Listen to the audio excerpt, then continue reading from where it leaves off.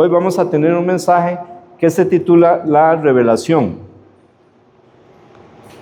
La palabra revelación, bueno, nosotros lo tenemos como Apocalipsis, pero es lo mismo. Significa quitar el velo. Eso es lo que significa la revelación, quitar el velo. ¿Y qué velo se está quitando? En esta humanidad oscurecida por el pecado, también oscurecida por la ignorancia. No se sabe qué va a pasar en el futuro. Y a veces los hombres hablan del futuro y uno los escucha. La otra vez escuché que unos científicos decían que dentro de un tiempo los días tendrían 25 horas. Y digo yo, oh, wow, ¿cómo va a ser eso? Y sigo leyendo y sigo leyendo y leyendo, pero ¿cuándo va a ser? ¿Cuándo va a ser? Y ya al final llegué, ¿cuándo va a ser? Hasta entonces dice, y eso va a suceder dentro de 10,000 millones de años, dice. Es un poquito largo, ¿verdad? Así a veces hablan del futuro, ¿verdad? De cosas como, ¿verdad? Tan lejos de que lleguen a suceder. Pero el Apocalipsis es que Dios quita el velo, o quiere quitar el velo, primero de la ignorancia, también del pecado y de las tinieblas, para que con su palabra, con su espíritu, podamos ver el futuro, porque Dios conoce el principio, conoce ahora y conoce el futuro, y Él nos lo revela. Vemos ahí Apocalipsis capítulo 1, y dice en el versículo 1, dice, la revelación de Jesucristo. Vea que no dice las revelaciones, dice la revelación. El libro de Apocalipsis es la revelación de Dios. Aquí dice de Jesucristo. Entonces, no son revelaciones, es la revelación. Dios quiere revelarnos el futuro. Aquí no solo nos habla del futuro, nos habla del pasado, del presente, y la mayoría habla del futuro. ¿Quién se la dio? Dice ahí en el versículo 1 que Dios le dio. O sea, esta revelación es de Jesucristo. Dios se la dio. Y dice, la razón por la que Dios dio esta revelación es para manifestar a sus siervos las cosas que deben suceder pronto. Esta es la razón por la cual Dios nos da el libro Apocalipsis. ¿Y cómo la declaró? Dice, la declaró enviándola por medio de su ángel. ¿A quién? A su siervo Juan. Así es como vemos en este versículo. Ahora, vamos a pensar. Ok. Y seguimos. Amén. Muy bien. Entonces, veamos el camino otra vez. Dios se lo dio, ¿verdad? Se lo dio ¿a quién? A Jesucristo. Es el camino del Apocalipsis. Jesucristo lo envió por medio de su ángel. Se lo dio a Juan. ¿Ok? Entonces, si leemos ahora el versículo 2 y 3, habla de Juan, que ha dado testimonio de la palabra de Dios y del testimonio de Jesucristo y de todas las cosas que ha visto. Bienaventurado, o sea, feliz, el que lee y los que oyen las palabras de esta profecía y guardan las cosas en ellas escritas, porque el tiempo está cerca. A veces da miedo leer Apocalipsis. Cuando yo por primera vez escuché Apocalipsis y llegué a Apocalipsis 13, y yo dije, esos son monstruos, ¿verdad? Y me recordaba de los monstruos de las películas japonesas, de esos monstruos que salían ahí, y esas cosas me asustaron. Pero hay que recordar que estas cosas futuras a veces sí asustan. De hecho, cuando a Daniel se le reveló, la Biblia dice que Daniel prácticamente se enfermó. Se enfermó por un tiempo. Y es que la palabra de Dios es como una espada de dos filos. Y como decía un pastor, las espadas se guardan en la vaina, pero por el filo de la espada a veces corta la vaina.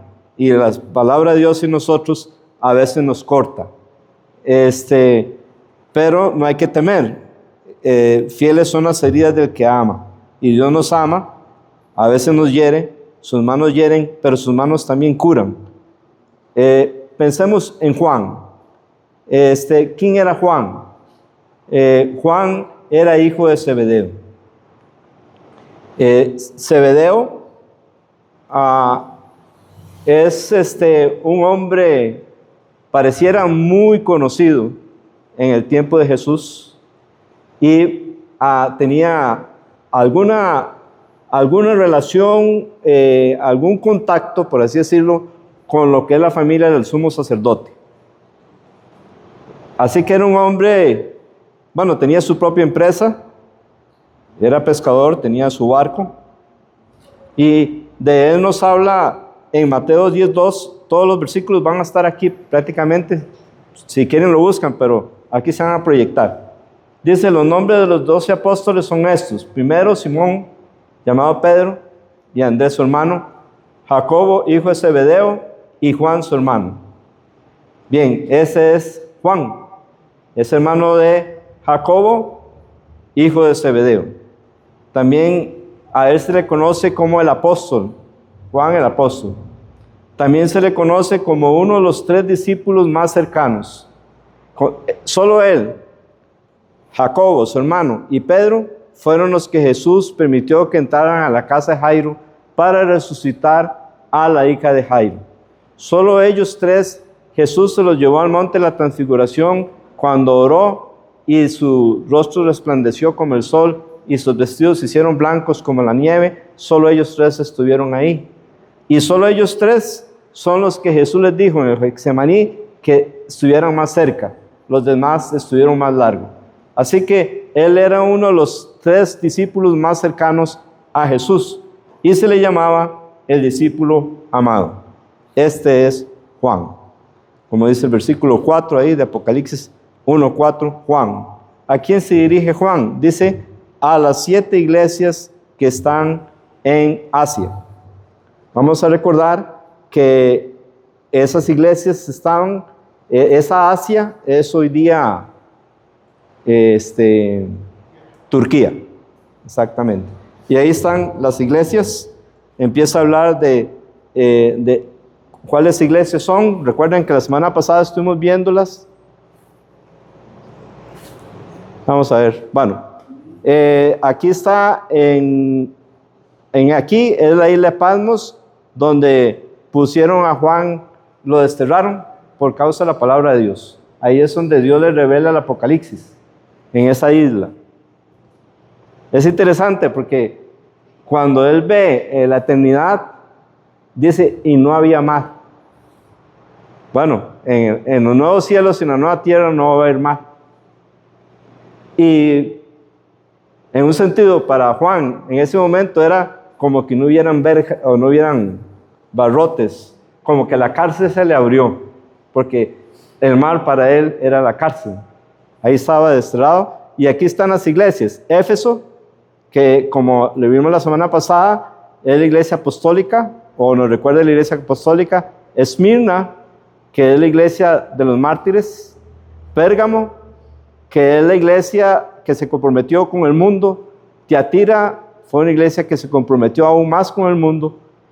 Y estas 2 iglesias nos recuerdan, esta iglesia nos recuerda el primer siglo, esta los primeros 3 siglos, esta nos recuerda desde el siglo III hasta el año 1500, cuando aparece una iglesia como la de Sardis, que tiene nombre que vive si estás muerto, como vimos la semana pasada.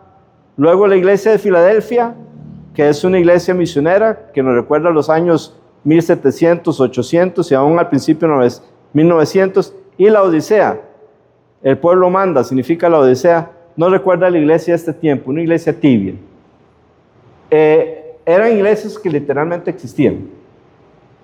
Y son iglesias que es un mensaje no solo para ese tiempo, sino para todos los tiempos y para cada persona. Por eso a cada iglesia se termina diciendo: el que tiene oído, oiga lo que el Espíritu dice a las iglesias.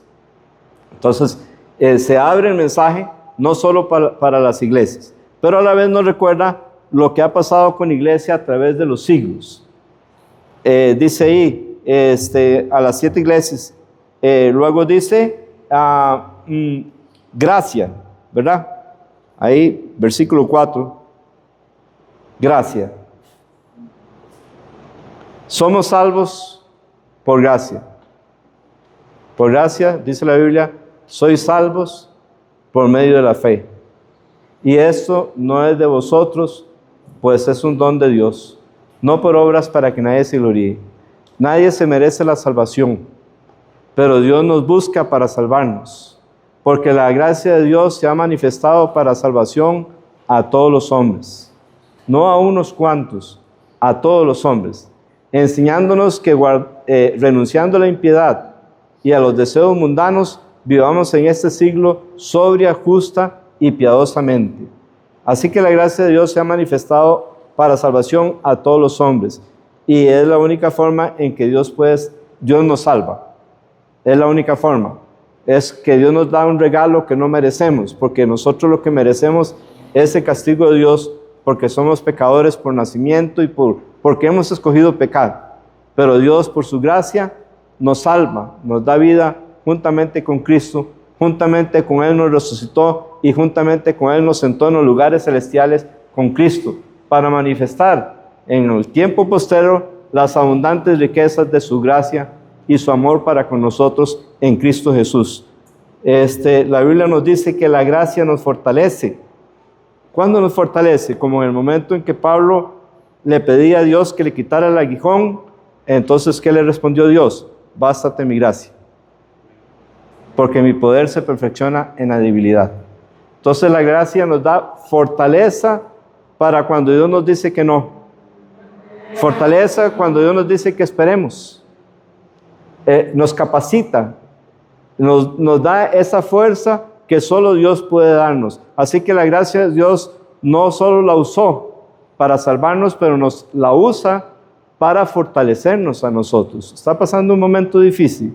Entonces, oiga esto que Dios le dijo a Pablo y que es para nosotros. Mi gracia es suficiente. Bástate mi gracia. Si Dios no responde, si Dios dice no, bástate mi gracia.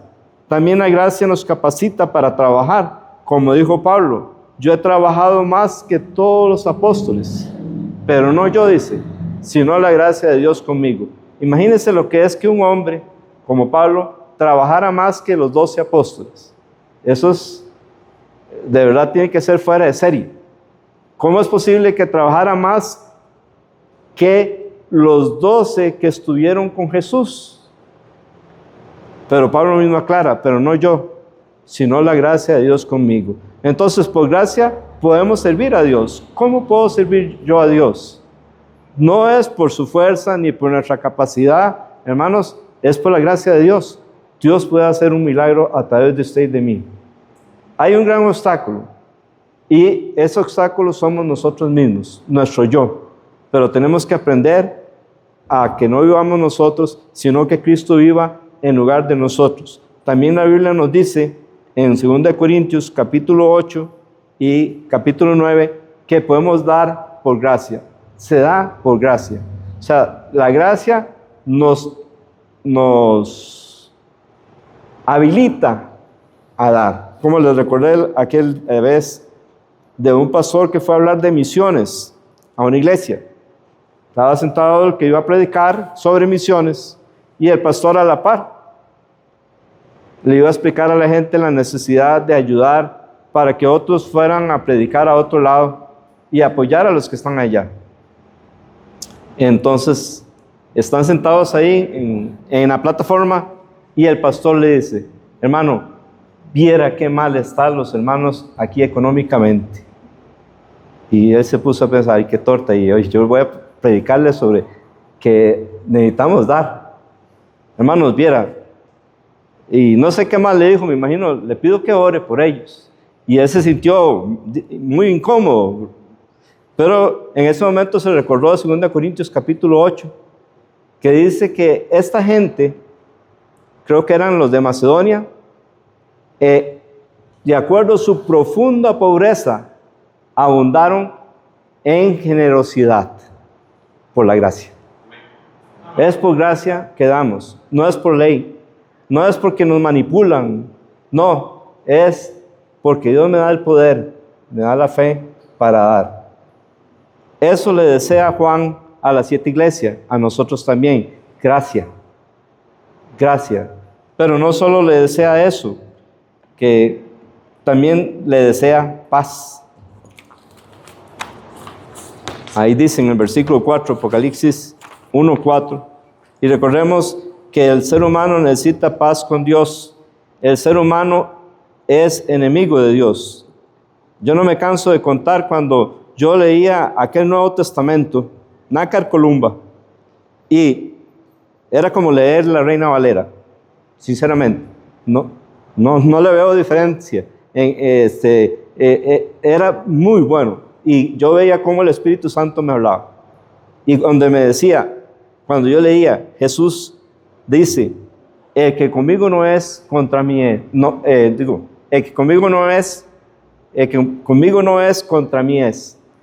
Yo literalmente cerraba ese Nuevo Testamento y decía, yo estoy en contra de Cristo. Y yo no quiero estar en contra de Cristo.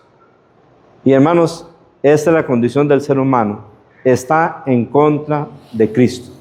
Es enemigo de Dios.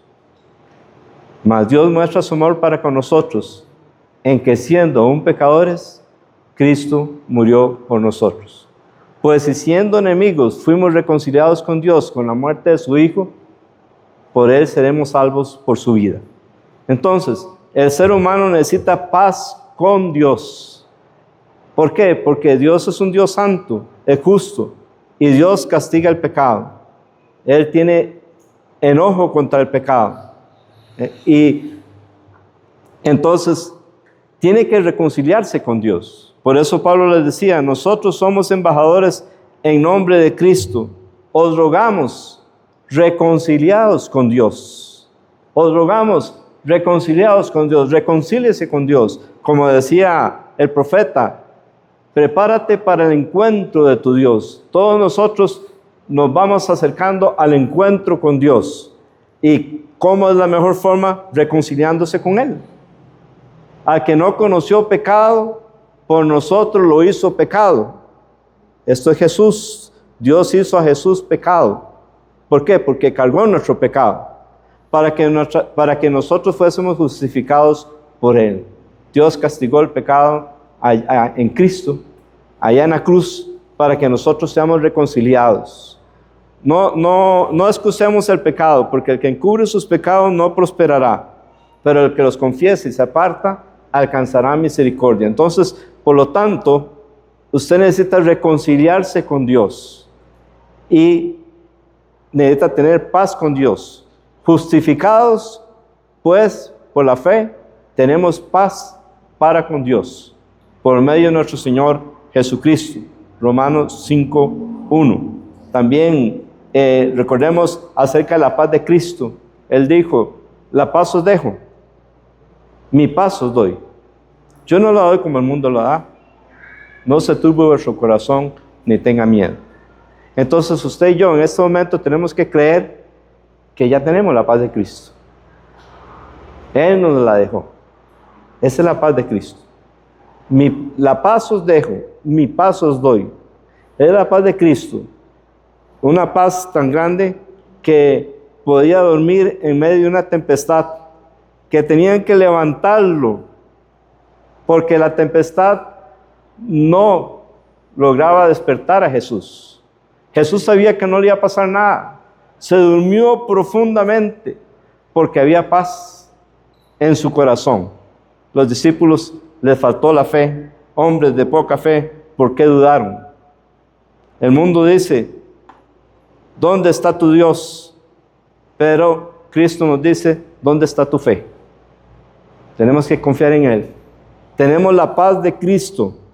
La Biblia nos habla no solo de la paz de Cristo, nos habla de la paz de Dios, la cual sobrepasa todo entendimiento. Por nada estéis afanosos. ¿Estamos afanosos por algo? Por nada estéis afanosos. Si no sean conocidas vuestras peticiones delante de Dios, en toda oración y ruego con acción de gracias. Y la paz de Dios, que sobrepasa todo entendimiento, guardará vuestros corazones y vuestros pensamientos en Cristo Jesús. Es que esa paz nos protege como un soldado, nos protege en Cristo, porque nuestra vida está escondida con Cristo en Dios. Esa es la paz de Dios, y la Biblia nos dice que esa paz nos debe gobernar. Y la paz de Dios, nos dice en Colosenses 3, gobierne en vuestros corazones, a la que asimismo fuisteis llamados en un solo cuerpo, y sed agradecidos. Gracia y paz es lo que el Espíritu Santo nos desea a través de su palabra. Recibámosla, ya la tenemos, creámoslo, que eso nos sane, que eso nos tranquilice, que eso nos haga dormir, como Jesús se durmió en aquella barca, aún en medio de la tempestad. Sigue diciendo ahí el versículo 4, a vosotros, ya vimos que es las 7 iglesias. ¿De quién? Es de parte del Padre. Dice, del que es y que era y que ha de venir. No, pastor, se equivocó. Ahí está hablando de Jesús. No, hermano, ahí está hablando del Padre. No, pastor, bueno, tranquilo, tranquilo. Ahí está hablando del Padre. ¿Por qué? Porque el Padre es, porque el Padre era y porque Él ha de venir. Y más o menos esto es lo que significa Jehová. Yo fui, yo soy, yo seré. Es el único que existe por sí mismo. Todo lo demás es creado. Esa gracia y esa paz viene del Padre. Y el Dios de paz os santifique por completo, y todo vuestro ser, espíritu, alma y cuerpo, sea guardado irreprensible para la venida de nuestro Señor Jesucristo. Fiel es el que os llama, el cual también lo hará. Dios no es Dios de confusión, sino de paz. Por lo tanto, entonces, esta paz y esta gracia vienen del Padre. Pero sigue hablando ahí en el versículo 4. Y de los 7 espíritus que están delante de su trono. Ya vimos cómo en Isaías 11, 1 y 2 nos habla que habrá un tronco que saldrá de Isaí, y un retoño saldrá de sus raíces, algo así, y reposará sobre él el Espíritu de Jehová, y le da 7 nombres al Espíritu Santo que va a reposar sobre Jesús. Eso es el Espíritu Santo.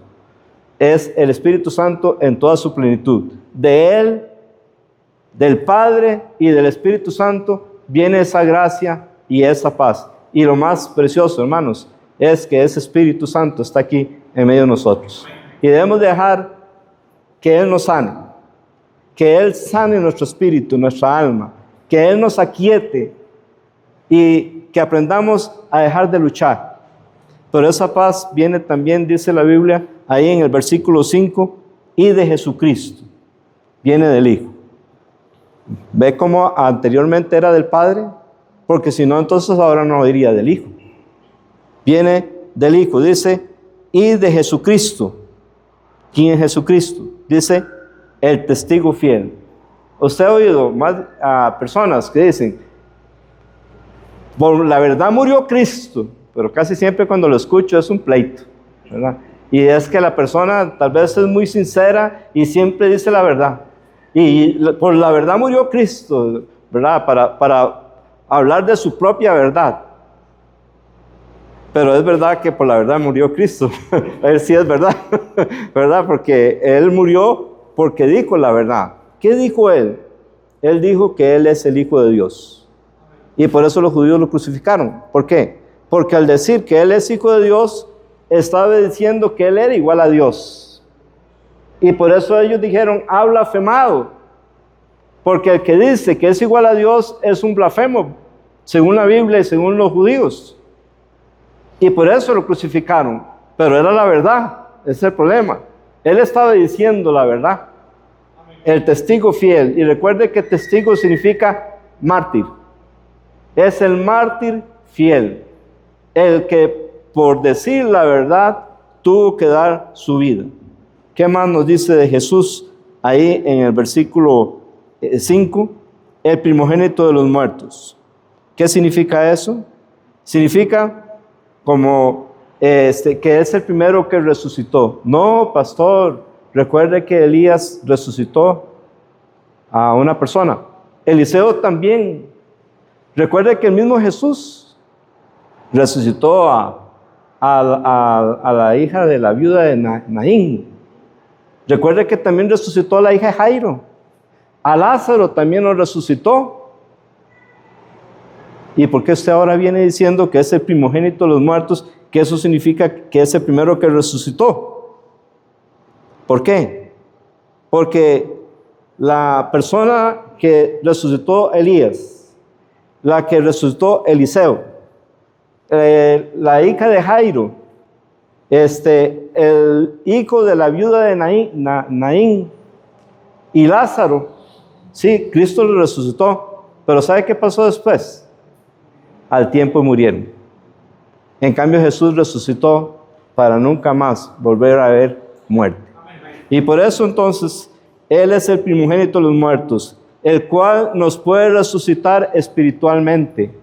Si usted está muerto en sus delitos y pecados, Dios por su gracia hoy puede resucitarlo. ¿Cómo puede una persona en sus delitos y pecados, esclavizado, cómo puede ser salvo? ¿Cómo puede cambiar? Necesita resucitar. El primogénito de los muertos lo resucita. Yo soy la resurrección y la vida. El que cree en mí, aunque esté muerto, vivirá. Y si usted cree en Él, aunque en este momento esté muerto, usted va a vivir. En este momento va a vivir. Pero no solo eso. También Jesús, como el primogénito de los muertos, no solo nos resucita espiritualmente, por eso cambiamos. El día que yo conocí a Cristo, lo conocí en Punta Arenas, en el Cocal Punta Arenas. Una paz que nunca antes había experimentado, una limpieza que nunca antes había experimentado. Mi vida empezó a cambiar. Y me acuerdo que estaba días después ahí frente a la playa y yo pensando, no, yo no quiero seguir con esto. Yo no quiero seguir a Cristo. Yo sentí, no vi ni oí, ¿verdad? No quiero hablar más de la cuenta. Nada más sentí que Jesús estaba ahí y no me dejaba volver atrás. Seguí para adelante. Entonces, Él nos da el poder para vivir una vida resucitada. Como dice el libro de Romanos, ese no lo tenemos aquí, ahí si quieren lo buscan, Romanos capítulo 6, en el versículo 4, porque somos sepultados juntamente con Él para muerte por el bautismo, a fin de que como Cristo resucitó a los muertos por la gloria del Padre, así también nosotros andemos en vida nueva. Eso sucedió en el momento de la salvación, de lo cual el bautismo es un símbolo. Y si el espíritu de aquel que levantó a los muertos a Cristo Jesús mora en vosotros, el que levantó a los muertos a Cristo Jesús vivificará vuestros cuerpos mortales por su espíritu. Así que el Espíritu Santo nos da poder para vivir una vida resucitada, para vivir entre los muertos, porque el mundo está muerto, pero nosotros estamos vivos para Dios. El primogénito de los muertos no solo nos resucitó, no solo nos da el poder para vivir una vida resucitada, pero también ¿sabe qué? Va a resucitar nuestro cuerpo. Y esperamos al Señor Jesucristo, el cual cambiará el cuerpo de la humillación nuestra a un cuerpo semejante al de la gloria suya, con el poder con el cual puede sujetar a Él todas las cosas. Él, el primogénito de los muertos, nos va a resucitar con una resurrección como la de Él. Con esa resurrección, entonces, hermanos, nunca más vamos a ver muerte. Vamos a tener un cuerpo incorruptible. Pero no solo esto dice del Hijo, dice el soberano. de los reyes de la tierra. Eso significa que Jesús es el Señor. Jesús es el que manda. Por eso, cuando Jesús venga, el Padre le dice, pídeme y te daré por herencia las naciones y como posesión tuya los confines de la tierra. Y los quebrantarás con vara de hierro, como vasija de alfarero los desmenuzarás. Esto es una promesa que Dios le da a Jesucristo, no a los cristianos. Y esta promesa no es para salvar las naciones, es para castigarlas, porque ya vino a salvarlas hace 2000 años. Y aún hoy día está salvando a las naciones, a los que se arrepienten y creen en Cristo. Pero un día vendrá en juicio, ya no tendrá relación con el pecado. Va a venir a castigar las naciones. ¿Por qué se amotinan los pueblos y la gente piensan cosas vanas? Porque se unieron contra Jehová y contra su Cristo. Así sucedió en el tiempo de los apóstoles. Por eso oraron los apóstoles ese Salmo 2. Jesús es el soberano de los reyes de la tierra. Por el momento deja que hagan lo que quieran, dentro de un límite, ¿verdad? Pero llegará un momento en que Él va a imponerse, porque Él es el Rey de reyes y Señor de señores. Sigue diciendo en el versículo 5, al que nos amó, ese soberano nos amó. Qué lindo que un rey nos ame. Pero el Rey de reyes que nos ame es aún mejor. Pero que nos amó no significa que ya no nos ama. Él nos amó, pero nos sigue amando. ¿Por qué? Porque Dios no cambia. Dios es amor. Y Dios no cambia. Por eso dice, porque yo Jehová no cambio, le dice a los israelitas. Por eso, hijos de Israel, no habéis sido consumidos. Cuando la Biblia dice, porque de tal manera amó Dios al mundo, significa que Dios ama a todos los pecadores.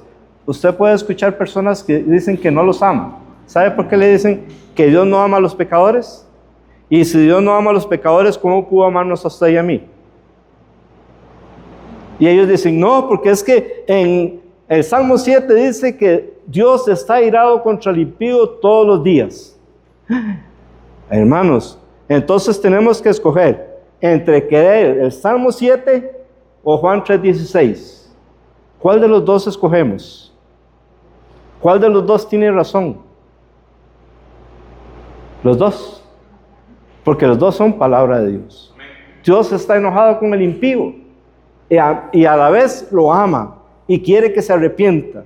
Si no se arrepiente, dice que ya está listo para castigarlo. Dios ama al pecador. También a veces y muchas veces está enojado con los seres humanos. Las dos cosas son verdad. No vamos a escoger una de las dos. Y el que diga en el Salmo 7 que Dios tiene ira contra el impío todos los días, no nos niega Juan 3:16. Tenemos que aceptar toda la verdad. Dios, dice la Biblia, porque de tal manera amó Dios al mundo. No quiere decir que hoy día no lo ama. Él lo sigue amando. ¿Por qué? Porque Dios es el mismo hoy y para siempre, y Dios es amor. Él nos ama, ¿para qué? Para perdonarnos. Dice, nos amó y nos lavó, dice, de nuestros pecados con su sangre.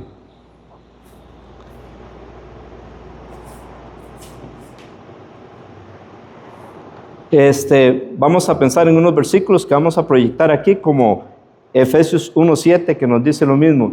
En quien tenemos redención por su sangre, el perdón de pecados, según las riquezas de su gracia. Entonces, con su sangre Cristo nos redime. ¿Qué significa eso? Que nos compra. ¿Ok? ¿Por qué? Porque el ser humano fue vendido al pecado. Se vendió a sí mismo. Entonces viene Dios y paga el precio. Lo compra con la sangre. Así lo limpia de los pecados. También nos dice en 1 Corintios 6:20, porque habéis sido comprados por precio. Glorificad pues a Dios en vuestro cuerpo y vuestro espíritu, los cuales son de Dios. El precio de la sangre de Cristo. Con Él nos compró y por eso nuestros cuerpos no deben ser para la fornicación, sino para honrar a Dios en el espíritu y con el cuerpo.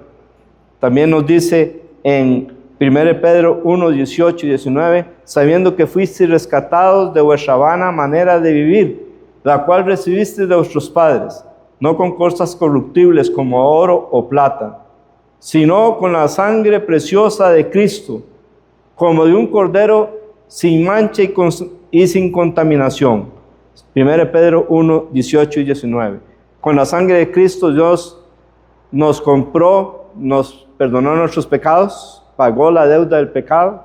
Con la sangre de Cristo nos rescató nuestro cuerpo y nuestro espíritu, todo nuestro ser. Y con la sangre de Cristo nos rescató de la vana manera de vivir que nos dieron nuestros padres. Porque por más bueno que sea su papá o mi papá, por más bueno que sea, nos ha dado una vana manera de vivir.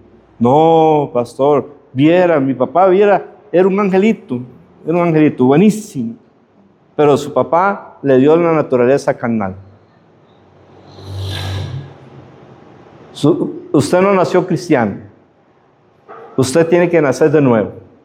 Esa naturaleza carnal es herencia de nuestros padres. Y de eso nos hacía vivir vanamente. Pero de eso Dios nos rescató con la sangre de Jesucristo. Pero qué bueno saber que no solo nos limpia y nos redime nuestro ser, pero también va a redimir nuestro cuerpo, dice en Romanos 8:23. Y no solo ella, hablando de la creación, sino que también nosotros mismos, que tenemos las primicias del Espíritu, nosotros también gemimos dentro de nosotros mismos, esperando la adopción, la redención de nuestro cuerpo. Romanos 8:23. ¿Cuándo va a suceder esto? Cuando Cristo venga por nosotros. Va a redimir también nuestro cuerpo. No solo nos perdonó nuestros pecados y nos salvó, pero también va a redimir nuestro cuerpo. Pero no solo el cuerpo lo va a redimir, también va a redimir la creación. Como dice en Romanos 8, 21 y 22, porque también la creación misma será libertada de la esclavitud de corrupción a la libertad gloriosa de los hijos de Dios. Porque sabemos que toda la creación gime a una y a una está con dolores de parto hasta ahora. Romanos 8, 21 y 22. ¿Cuándo va a ser la creación redimida? Bueno, el inicio de eso lo encontramos en Apocalipsis 5, del 1 al 10, que otro día lo vamos a ver. Pero ahí está el Padre sentado y tiene un libro escrito con 7 sellos. Y con eso, el abrir ese libro significaría el cumplimiento de todas las palabras de Dios, para que Dios no solo nos haya redimido ahora, no solo nos llegue a dar un cuerpo, pero redima toda la creación también. De tal manera que, como dijo Jesús, el cielo y la tierra pasarán, pero mis palabras no pasarán. Este cielo y esta tierra van a pasar. Dios va a hacer cielos nuevos y tierras nuevas.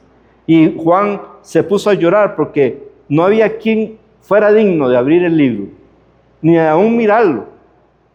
Y uno de los ancianos le dijo a Juan, imagínenselo ahí en el cielo, hay muchas cosas que hay que pensar sobre ese pasaje, y le dice, no llores, el león de la tribu de Judá, la raíz de David, ha vencido para abrir el libro y desatar sus 7 sellos. Y lo interesante es que Juan vuelve a ver, y dice la Biblia que ve a un cordero. Pero el anciano le dijo, no temas, el león de la tribu de Judá. Y él vuelve a ver y hay un cordero como sacrificado, como inmolado. Él es digno, porque fue sacrificado. Y es el rey de Judá, o el león de Judá, porque él es el rey que Dios prometió. Y fue y agarró el libro de la mano del que lo tenía, del Padre, y empieza a abrir sus 7 sellos y se empieza a revelar el Apocalipsis. Sigue diciendo Apocalipsis capítulo 1. Dice en el versículo 6, y nos hizo reyes y sacerdotes para Dios su Padre. Dice, recordemos, hermanos, que Dios quiso en el principio, cuando creó a Adán y Eva, Dios quería que Adán y Eva fueran reyes, que gobernaran el mundo sin pecado. Dios iba a gobernar a través de ellos. Esa es la idea de Dios. Y por eso les dijo, fructificad y multiplicados, llenad la tierra y señoread sobre todo. Y Dios iba a gobernar el mundo a través del ser humano. Pero el ser humano pecó y se convirtió en un esclavo. Cuando Dios sacó a Israel de Egipto, Él les dijo en Éxodo 19, ustedes me serán, no me acuerdo si es en Éxodo 19, pero ustedes me serán una nación santa, un reino de sacerdotes. Pero al tiempo, Dios decidió que los que iban a ser sacerdotes iban a ser los primogénitos. Pero al tiempo, no sé, no me acuerdo por qué, decidió que la tribu de Leví fueran los sacerdotes. Pero hoy día, cuando somos lavados por la sangre de Cristo, somos hechos reyes y sacerdotes. Oiga, no es el pastor, es cada cristiano, es un rey y un sacerdote. Y vamos a reinar con Cristo 1000 años aquí en la tierra y por la eternidad en los nuevos cielos y en la nueva tierra. Y sigue diciendo ahí el versículo 6, para Dios su Padre, a Él sea la gloria y el imperio por los siglos de los siglos. Amén. Que significa, así sea.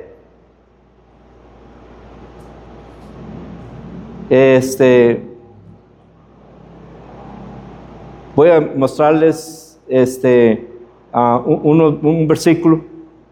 En Hebreos 13, 15 y 16 nos habla, vosotros también como piedras vivas, Pedro está hablando, somos piedras vivas, no somos piedras literalmente, pero somos piedras vivas.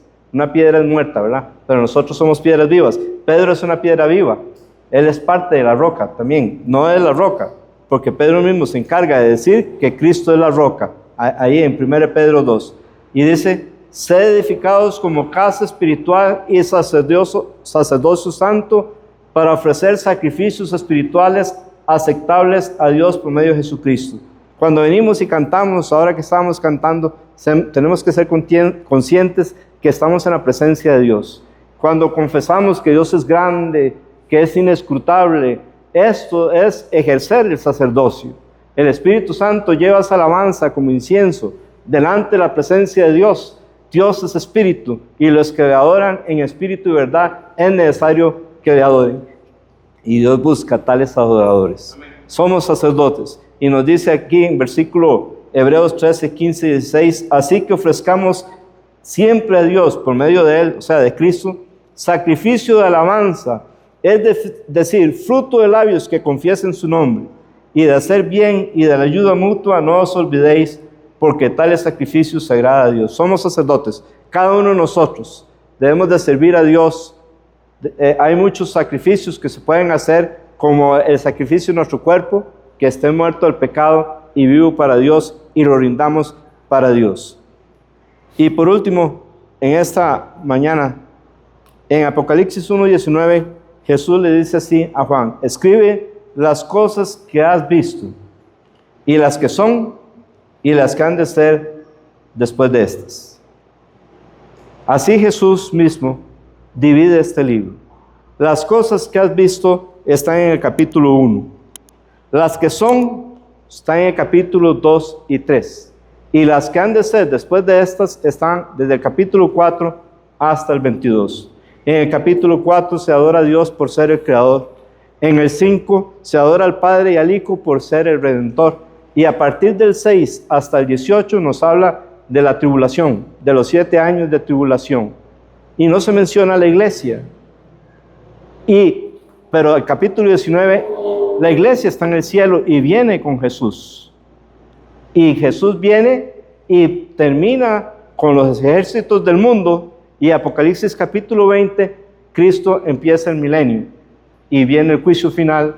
Y después capítulo 21 y 22, los cielos nuevos y la tierra nueva.